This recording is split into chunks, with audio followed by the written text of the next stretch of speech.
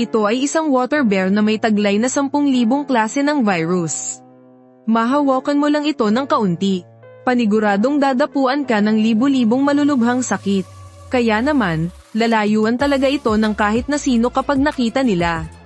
Pero nang makita ko ito biglang kuminang ang mga mata ko. Pagkatapos, sa gitna ng gulat na tingin ng lahat, nilamon ko ng buo ang water bear na yun. Sinabihan pa nga ako ng mga tao sa paligid kung nasisiraan na ba raw ako ng bait. Kung kinain ko yun, baka hindi na raw ako umabot ng 3 araw. Pero sa halip na matakot, nginisyan ko lang sila. Dahil ilang oras na lang, magsisimula na ang panahon ng mutasayon. Sa oras na yun, dadagsa ang napakaraming halimaw sa buong mundo. Ang mga ordinaryong tao, sa harap ng mga halimaw na ito, ay walang kalaban-laban kahit kaunti.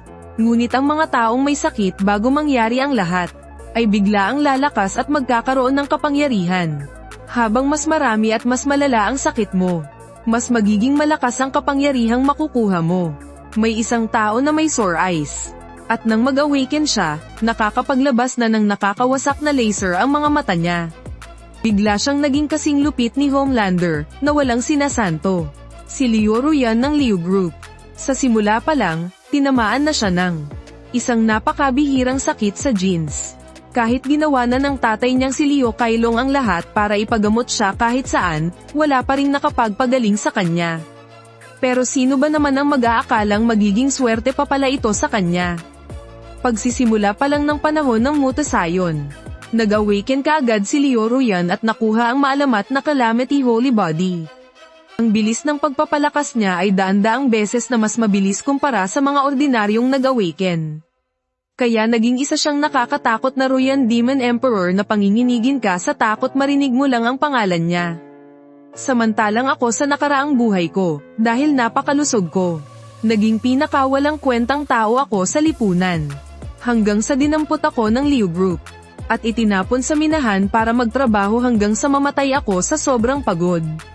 Buti na lang binigyan pa ako ng langit ng isa pang pagkakataon para mabuhay ulit. Pagtingin ko sa kalendaryo sa cellphone ko, may 1 buwan pa bago magsimula ang panahon ng mutasayon.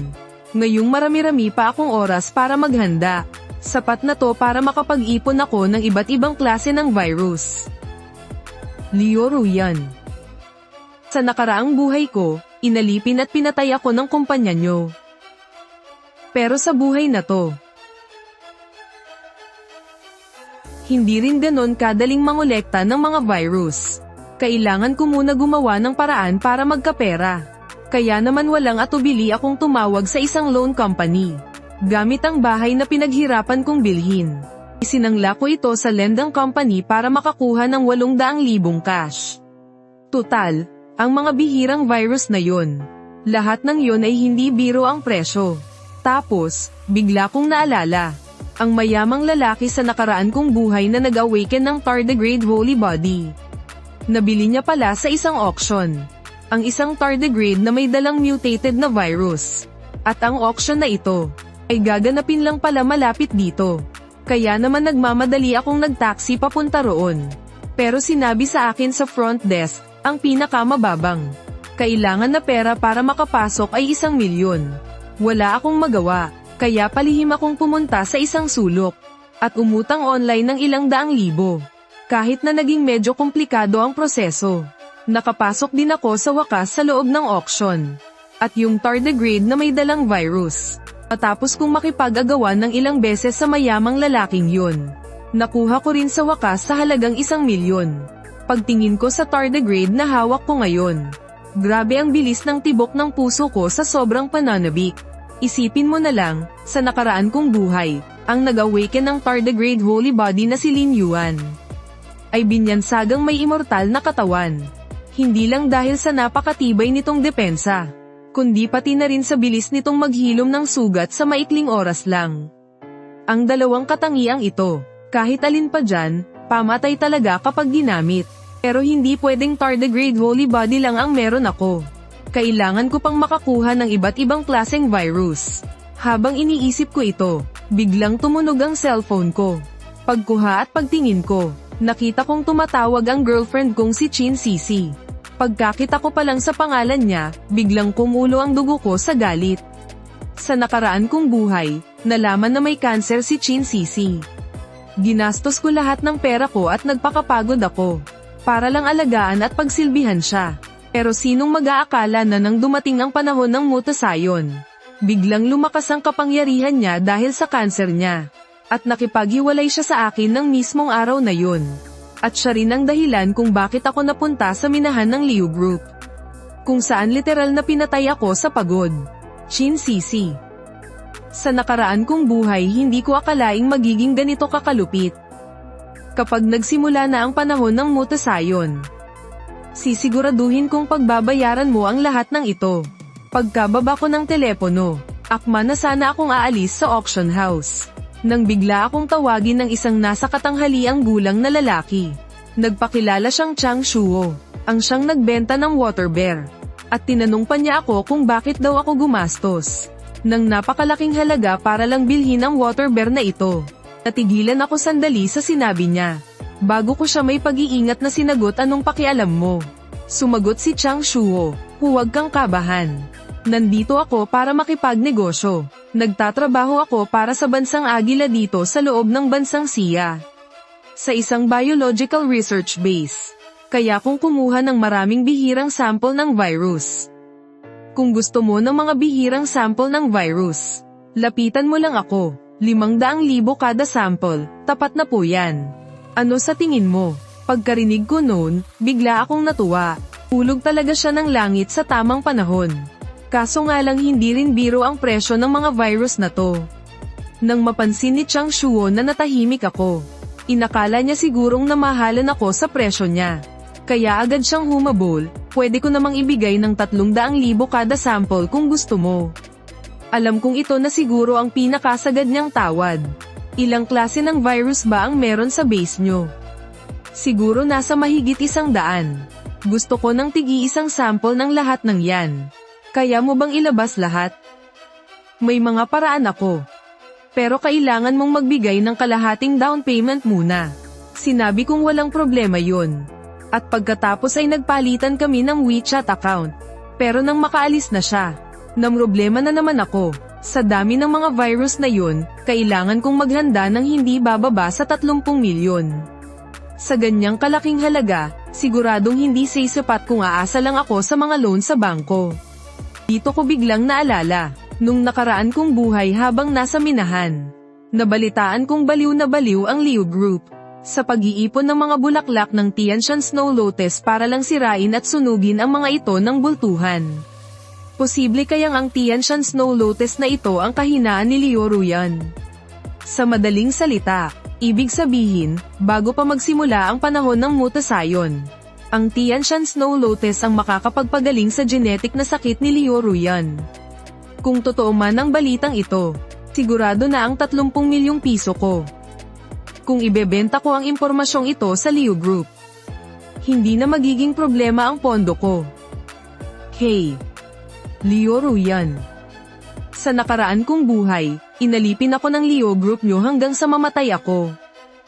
Kung talagang pagagalingin kita ngayon, at sisirain ko ang pinakamalaking oportunidad mo, dapat ka pa bang magpasalamat sa akin? Kinabukasan, pumunta ako sa opisina ni Liu Kailong. Initigan ko si Liu Ruyan na nakaupo sa wheelchair. Sa sobrang ganda ng mukha niya at sa napakahina niyang katawan, ibang-iba siya sa kilala kong malupit na Demon Empress Ruyan mula sa nakaraang buhay ko. Sa nakaraan kong buhay, may isang pambihirang kayamanan na nahulog mula sa langit sa ibabaw ng Donghai City. Napakaraming malalakas na tao ang nagunahan para agawin ang oportunidad na iyon. Pero sa huli, gamit ang kanyang disaster holy body, sapilitang nakuha ni Liu Ruyan ang kayamanan. At matapos niyang makuha ang pinakamataas na kayamanan, napakalupit niyang nilipol ang buong Donghai City, at walang awang pinatay ang lahat ng nabubuhay roon. Ginamit niya ang dugo mula sa mga puso nila para ay alay sa kayamanan. Dito rin galing ang titulo niyang Demon Empress. Ngayon, kung pagagalingin ko ang babaeng ito, maituturing na rin itong pagliligtas sa mga tao, di ba? Pagkatapos, pinasadahan ako ng tingin ni Joe Kailong. Matagal na niyang pinaimbestigahan ang background ko. Isang ordinaryong tao na walang kahit anong koneksyon. Kung noong una palang nagkasakit si Ruyan, hinding-hindi niya ako papayag ang manggamot kahit anong mangyari. Pero ngayon, wala na talaga siyang magawa. Kaya kahit desperado na, susugal na lang siya at hahayaan akong subukan ang swerte ko. Hay, sige, susubukan na natin kahit na mukhang imposible. Sige nga, sabihin mo. Paano mo balak gamutin ang anak ko? Mr. Leo, kung tatalab talaga ang paraan ko. Sa sakit ng anak mo, ibibigay mo sa akin ang pabuyang 100 milyon, tama? Aba, syempre, marami akong pera. Natatakot lang ako na baka hindi ka karapat-dapat na kunin ito. Ang sakit ng anak ninyo ay gagaling lang gamit ang Tianshan Snow Lotus. Tianshan Snow Lotus. Tapos, ano pa? Wala na. Tianshan Snow Lotus lang. Kahit medyo nagdududa si Leo Kailong, inutusan pa rin niya ang kanyang sekretarya na magpakulo nito para subukan. Habang pinapakuluan ang gamot, pinagmasdan kong mabuti ang Ruyan Demon Emperor na nasa harapan ko. Hindi ko talaga inaasahan na ang kinatatakutang Ruyan Demon Emperor sa nakaraang buhay ko ay napakahinhin pala bago siya magising. Nang makita ni Leo Kailong na ganito ako, kawalang hiya kung makatitig sa anak niya. Biglang nag-init ang ulo niya sa galit. Kapag walang bisa iyang Tianshan Snow Lotus na yan, tingnan mo lang kung paano kita tatapusin. Sa pagkakataong iyon, pumasok ang sekretarya dala ang pinakulo ang Tianshan Snow Lotus. At matapos inumin ni Leo Ruyan ang gamot, ang kanang kamay niyang matagal ng manhid ay dahan-dahan nang naiangat. Tuwang-tuwa si Leo Kailong nang makita ito.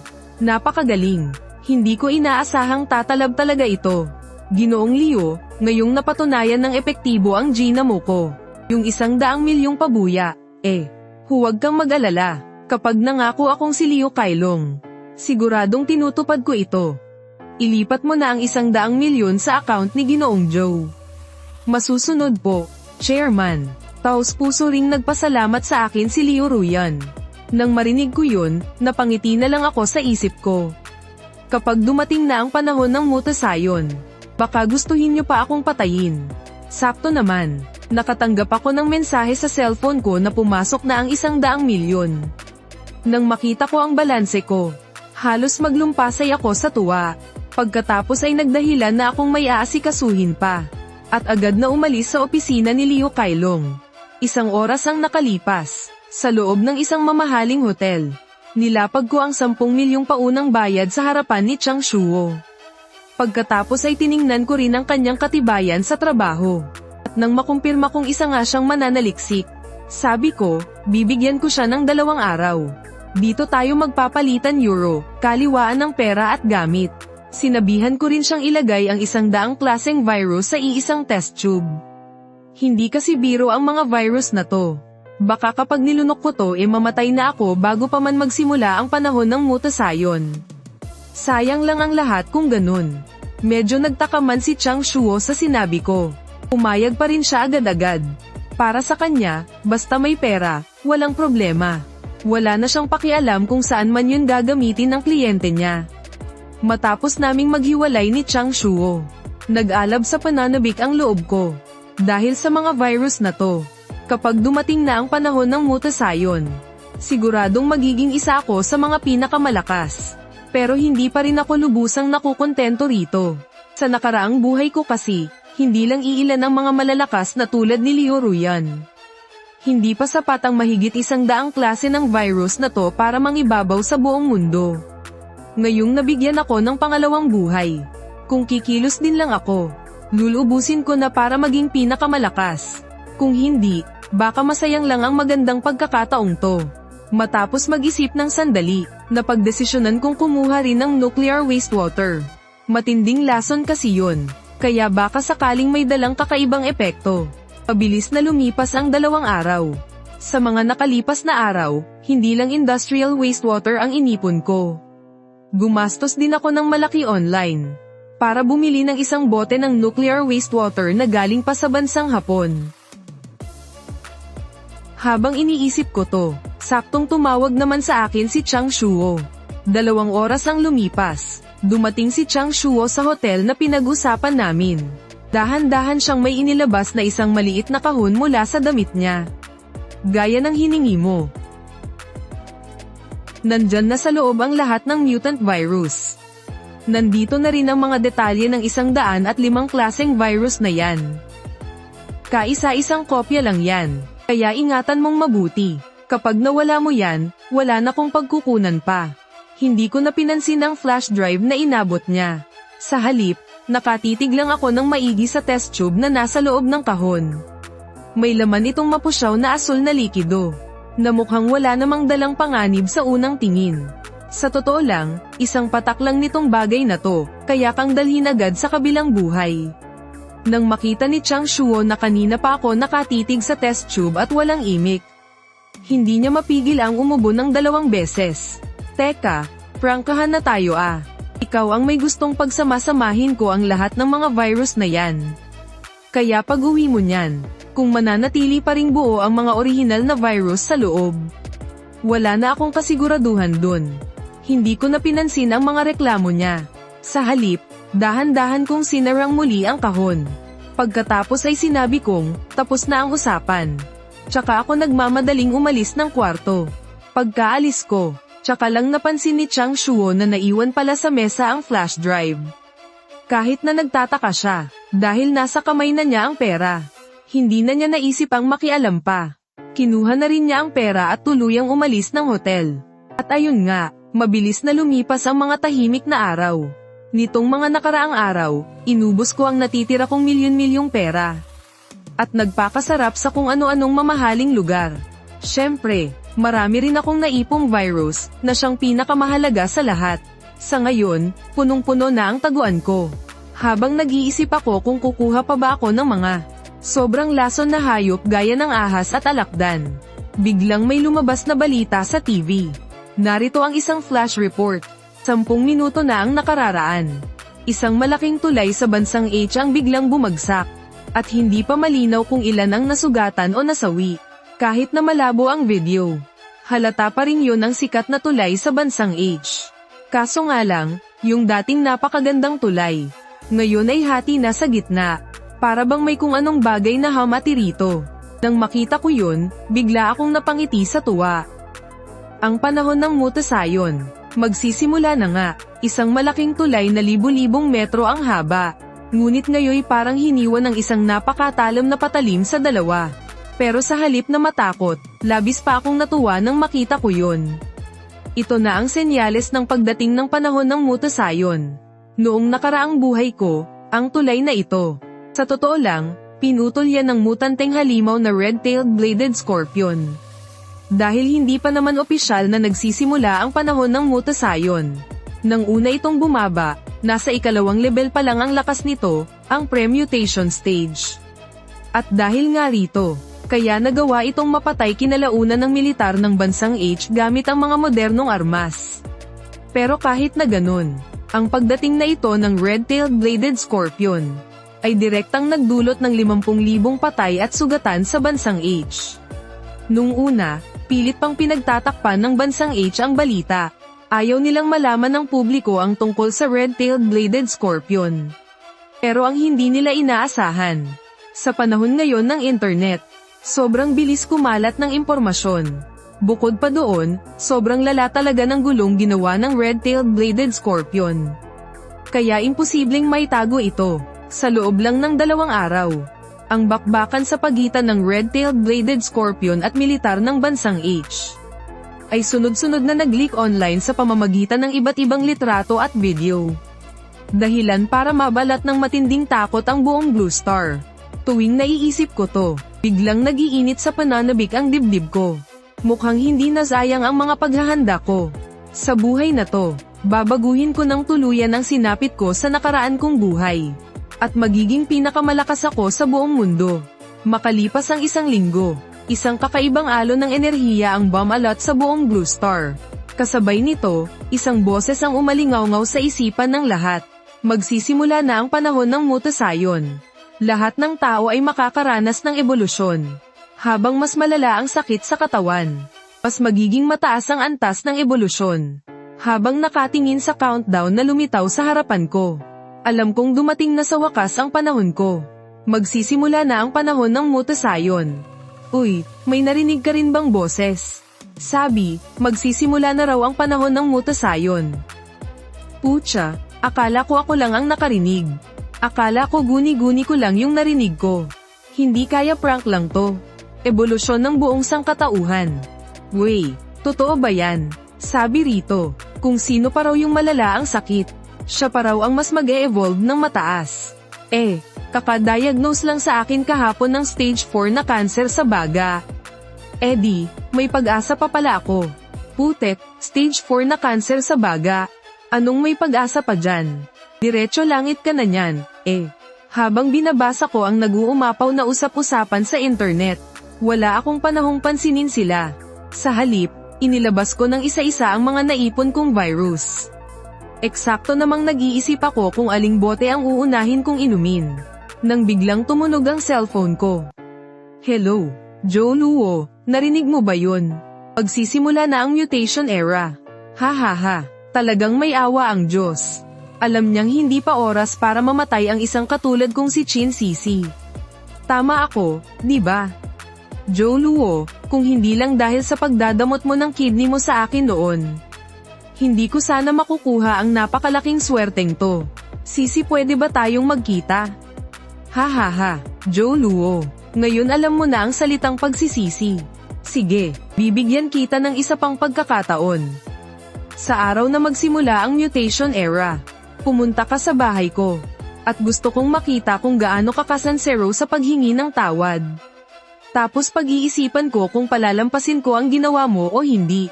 Magsisimula na ang mutation era. May narinig ba kayong boses na nagsasabing magsisimula na raw ang mutation era? Putek, hindi lang pala ako ang nakarinig. Akala ko nababaliw lang ako at may kung anong naririnig, Hindi kaya prank lang to. Magsisimula na raw mag-evolve ang buong sangkatauhan. Wey, totoo ba yan? Sabi rito, kapag mas malala raw ang sakit mo, mas mataas din ang level ng evolution mo. Kakadiagnose lang sa akin kahapon ng stage 4 na cancer sa baga. Di, may pag-asa pa pala ako. Putek, stage 4 na cancer sa baga. Anong may pag-asa pa dyan? Diretso langit ka na nyan, Habang binabasa ko ang nag-uumapaw na usap-usapan sa internet, wala akong panahong pansinin sila. Sa halip, inilabas ko ng isa-isa ang mga naipon kong virus. Habang nag-iisip ako kung aling bote ang uunahin kong inumin, biglang tumunog ang cellphone ko. Hello, Joe Luo, narinig mo ba yun? Magsisimula na ang panahon ng mutasayon. Ha, talagang may awa ang Diyos. Alam ng langit na hindi pa dapat mamatay si Chin Sisi. Tama ako, di ba? Joe Luo, kung hindi ka lang sana nagdamot na ibigay sa akin ang kidney mo noon. Hindi ko sana makakamit ang pambihirang pagkakataong ito. Sisi, pwede ba tayong magkita? Ha, Joe Luo, ngayon nagsisisi ka na. Sige, bibigyan kita ng isang pagkakataon. Sa mismong araw na magsimula ang panahon ng mutasayon, pumunta ka sa bahay ko. Ipakita mo sa akin kung paano ka magmakaawa at humingi ng tawad. Saka ko pag-iisipan kung palalampasin ko ang ginawa mo. Pagkababa ng tawag, hindi ko napigil ang ngumisi ng nakakaloko. Chin Sisi, pagdating ng araw na iyon, malalaman mo rin kung sino ba talaga ang dapat mong tingalin. Kung sobrang tuwa ang nararamdaman ni Chin Sisi, si Liu Ruyan naman ngayon ay halos sumabog na sa galit. Buisit, bakit ba biglang dumating ang panahon ng mutasayon? Ngayong gumaling na ng 40% ang sakit ko. Hindi ba't ibig sabihin nito ay babagsak ng husto ang kapangyarihan ko? Kasalanan to lahat ng Joe Luo na yun. Papatayin ko talaga siya. Huminahon ka lang, anak. HMPH. Ordinaryo at malusog na tao lang ang Joe Luo na yan. Kapag nagsimula na ang panahon ng mutasayon, marami tayong paraan para pagbayarin siya. Sa kabilang banda, tulala lang akong nakatingin sa mga virus na nasa ibabaw ng mesa. Matapos ang isang buwan, tuluyan nang nag-mutate ang mga virus. Sa pinakamatindi nitong antas, ang dating asul na likido sa loob ng test tube, ngayon ay naging purong itim na. At kung titingnang mabuti sa loob ng maitim na likidong ito, Tila may mga bagay na palanggoy-langgoy sa loob. Siyempre, bukod sa 100 uri ng mutated virus na ito, nakakolekta rin ako ng iba't ibang malalaki at maliliit na 12-dosenang uri ng mga nakamamatay na lason. Pero kailangan muna itong paghalo-haluin. Dahil kung iisahin ko itong inumin, baka hindi ako tumagal ng kahit 2.5 minuto at mamatay na ako. Sa paglipas ng oras, pabilis na umabot ang countdown ng mutation era. Sa huling 1 minuto, nang makita ko yun, mabilis kong kinuha ang test tube na may halong 100 uri ng virus. Tinanggal ang takip at inis ang lagok pababa sa sikmura ko. Pagpasok pa lang ng itim na likido sa katawan ko, isang matinding hapdi at pagkasunog ang bigla kong naramdaman sa lalamunan ko. Pagkatapos, hindi nagtagal, ay kumalat na ang hapding ito sa buong katawan ko. Sa sobrang sakit, muntik na akong himatayin. Pero alam kong ito ang pinakakritikal na sandali. Kung hihimatayin ako, masasayang lang ang lahat ng pinaghirapan ko. Kaya pinilit kong tiisin ang matinding sakit, at muling hinawakan ang bote ng hinalong lason at nuclear wastewater. Sa isang hingahan, inubos ko ang lahat ng laman nito. Sa isang iglap, isang hindi maipaliwanag na sakit ang bumalot sa buong katawan ko. Kaya biglang namula ng husto ang mukha ko. Lumabas ang napakaraming ugat sa balat ko. At nagmukha akong demonyong galing sa impyerno. At ganoon nga, matapos tiisin ang isang nakakamatay na minuto, tuluyan nang nagsimula ang mutation era. Pagkatapos ng countdown, isang asul na enerhiya ang biglang bumalot sa buong mundo. Ang lahat ng tao na may sakit ay biglang gumaling ng tuluyan. At nagkaroon din sila ng iba't ibang antas ng kapangyarihan. Halimbawa na lang, ang mga may sakit sa balat ay biglang naging hindi tinatablan ng patalim, bala, tubig, at apoy. Ang mga ipinanganak namang lumpo, matapos mabigyan ng kapangyarihan, ay nakakatalon at nakakatakbo na sa mga dingding ng matataas na gusali. At para naman sa akin, tuluyan nang nawala ang sakit, at isang gintong enerhiya ang bumalot sa buong katawan ko. Napakaraming pangalan ng virus ang nagpakita sa harap ko. At ang bawat isang virus ay kaya akong. Hayaan mo akong makakuha ng isang napakalakas na kakayahan.